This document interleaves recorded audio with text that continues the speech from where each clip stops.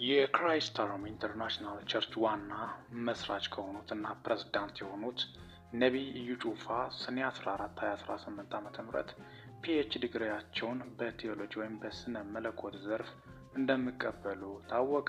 ከዚህ በፊትም ወደ ኋላ የተጓተተበት ዋነኛው ምክንያት የነቢዩ እናት ህልፈትን በማስመልከት ነው በማለትም ነው መረጃዎች የወጡት።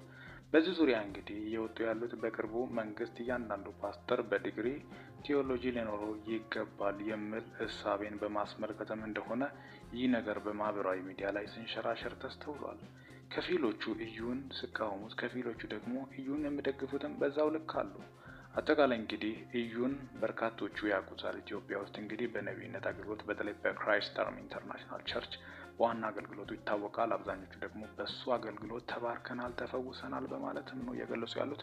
አጠቃላይ እንግዲህ ፒኤችዲ ትምህርታቸውን በዚሁ ሰኔ 14 እንደሚሰጣቸውም እንደሚቀበሉም የወጡት መረጃዎች ያሳያሉ።